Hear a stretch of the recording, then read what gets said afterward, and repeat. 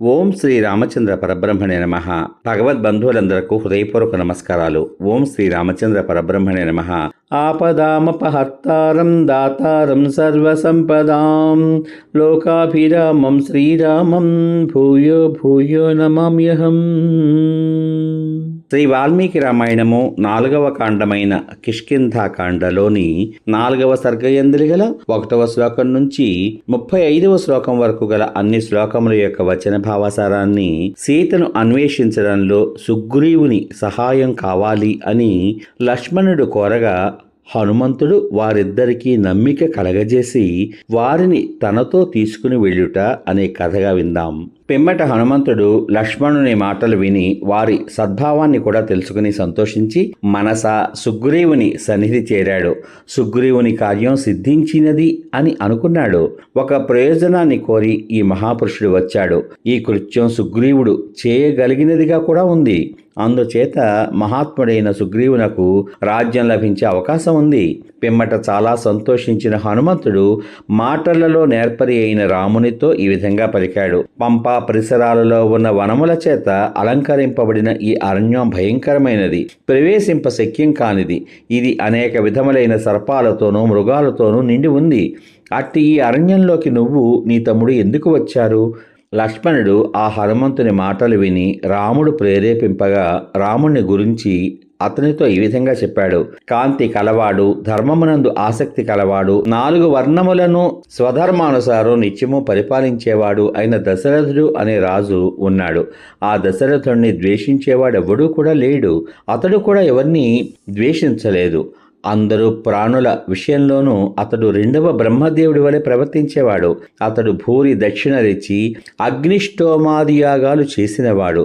రాముడు అనే పేరుతో జనులలో ప్రసిద్ధుడైన ఇతడు ఆ దశరథ మహారాజు యొక్క పెద్ద కుమారుడు. సకల ప్రాణులకు అభయాన్నిచ్చేవాడు. తండ్రి ఆజ్ఞను పూర్తిగా పాలించేవాడు.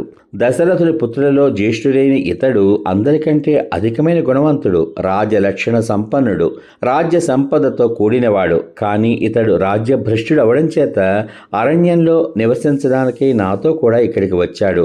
ఇంద్రియ నిగ్రహవంతుడు, మహా తేజస్శాలి అయిన ఇతని భార్య అయిన సీత సాయంకాల సమయంలో సూర్యుణ్ణి కాంతి వెంబడించినట్లు వెంబడించి వచ్చింది. నేను ఈతని తమ్ముడను, కృతజ్ఞుడు, అనేక విషయములు తెలిసినవాడు అయిన ఈతని గుణాల చేత ఆవర్జింపబడిన వాడనై దాసుడనయ్యాను. నా పేరు లక్ష్మణుడు. సుఖమునకు తగినవాడు, చాలా పూజ్యుడు, సకల ప్రాణులకు హితాన్ని కోరేవాడు అయిన ఈ రాముడు ఐశ్వర్యాన్ని కోల్పోయి అరణ్యంలో నివసిస్తూ ఉండగా స్వేచ్ఛానుసారం రూపాలను ధరించగలిగిన రాక్షసుడు ఈతని భార్యను అపహరించాడు.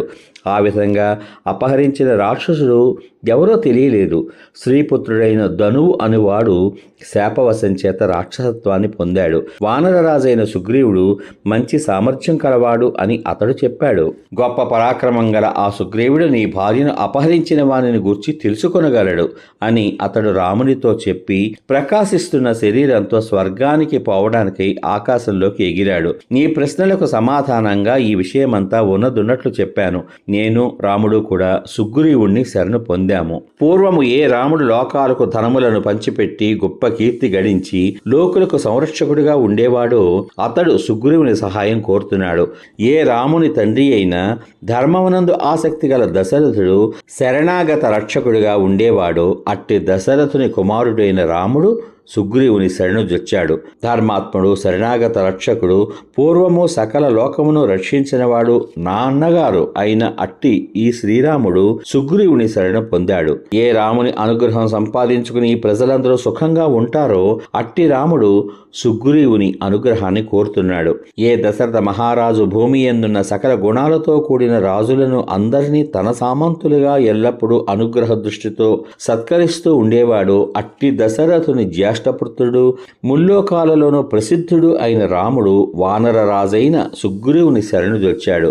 ఓ వానర యూత నాయక, శోకమునకు లొంగిపోయి శోకము చేత పీడింపబడుతూ శరణుజొచ్చిన ఈ రామునిపై సుగ్రీవుడు అనుగ్రహం చూపాలి. మాటలలో నేర్పరి అయిన హనుమంతుడు ఈ విధంగా దీనంగా కన్నీళ్లు కారుస్తూ లక్ష్మణుడు పలికిన మాటలు విని ఈ విధంగా పలికాడు. బుద్ధిమంతులు, క్రోధమును జయించిన వారు, ఇంద్రియములను జయించిన వారు అయిన మీ వంటి వారి దర్శనం అదృష్టం చేతనే లభిస్తుంది. అట్టి మిమ్ములను సుగ్రీవుడు తప్పకుండా చూడవలెను. సుగ్రీవుడు వాలితో వైరం పెట్టుకున్నాడు. వాలి సుగ్రీవుని భార్యను అపహరించి చాలా అవమానించి రాజ్యభ్రష్టుణ్ణి చేశాడు. అతడు అరణ్యంలో భయపడుతూ కాలం గడుపుతున్నాడు. సూర్యపుత్రుడైన సుగ్రీవుడు మాతో కలిసి సీతాన్వేషణమునందు మీకు సహాయం చేయగలడు. హనుమంతుడు ఈ విధంగా మధురమైన మాటలు మృదువుగా పలికి, మంచిది, సుగ్రీవుని దగ్గరికి వెళ్దాం అని రామునితో అన్నాడు. లక్ష్మణుడు ఈ విధంగా పలుకుతున్న ఆ హనుమంతుణ్ణి తగు విధంగా గౌరవించి రామునితో ఈ విధంగా పలికాడు. రామ, ఈ హనుమంతుడు సంతోషంతో మాట్లాడుతున్న విధాన్ని చూస్తుంటే ఇతడు మనతో పనుండి వచ్చినట్లు కనబడుతోంది. ఇక నీ కార్యం అంటే మన కార్యం పూర్తయినట్లే. ఇతడు ప్రసన్నమైన ముఖవర్ణంతో సంతోషపూర్వకంగా మాట్లాడుతున్నాడు అనేది స్పష్టంగా కనబడుతున్నది. వాయుపుత్రుడైన హనుమంతుడు అసత్యం పలకడు. పిమ్మట హనుమంతుడు వీరులైన ఆ రామలక్ష్మణులను సుగ్రీవుని వద్దకు తీసుకువెళ్ళాడు. హనుమంతుడు సన్యాసి రూపం విడిచి వానర రూపం గ్రహించి వీరులైన ఆ రామలక్ష్మణులను వీపుపై ఎక్కించుకుని వెళ్ళాడు. అధికమైన కీర్తి, గొప్ప పరాక్రమము, మంగళప్రదమైన బుద్ధి గల వానర వీరుడైన హనుమంతుడు తన కార్యం సఫలం అవడం చేత సంతోషిస్తూ రామలక్ష్మణులతో కలిసి ఆ పర్వతం మీదకు వెళ్ళాడు. సమాప్తం. ఇంతవరకు మీరు శ్రీ వాల్మీకి రామాయణము 4వ కాండ అయిన కిష్కింధాకాండ యందలి 4వ సర్గ యందలి గల 1వ శ్లోకం నుంచి 35వ శ్లోకం వరకు గల అన్ని శ్లోకముల యొక్క వచన భావసారాన్ని, సీతను అన్వేషించడంలో సుగ్రీవుడు సహాయం కావాలి అని లక్ష్మణుడు కోరగా హనుమంతుడు వారిద్దరికీ నమ్మిక కలగచేసి వారిని తనతో తీసుకుని వెళ్ళుట అనే కథగా విన్నారు. రేపటి భాగంలో శ్రీ వాల్మీకి రామాయణము 4వ కాండమైన కిష్కింధాకాండ యందలి 5వ సర్గ యందలి 1వ శ్లోకం నుంచి 32వ శ్లోకం వరకు గల అన్ని శ్లోకముల యొక్క వచన భావసారాన్ని, రామ సుగ్రీవుల మైత్రి, వాలిని సంహరిస్తాను అని రాముడు సుగ్రీవునకు మాట ఇచ్చుట అనే కథగా విందాం. ఓం శ్రీ రామచంద్ర పరబ్రహ్మణే నమః. శ్రీరామ రామ రామేతి రమే రామే మనోరమే సహస్రనామ తత్తుల్యం రామనామ వరాననే. ఓం శ్రీ రామచంద్ర పరబ్రహ్మణే నమః. సర్వే జనా సుఖినో భవంతు. శుభమస్తు. స్వస్తి.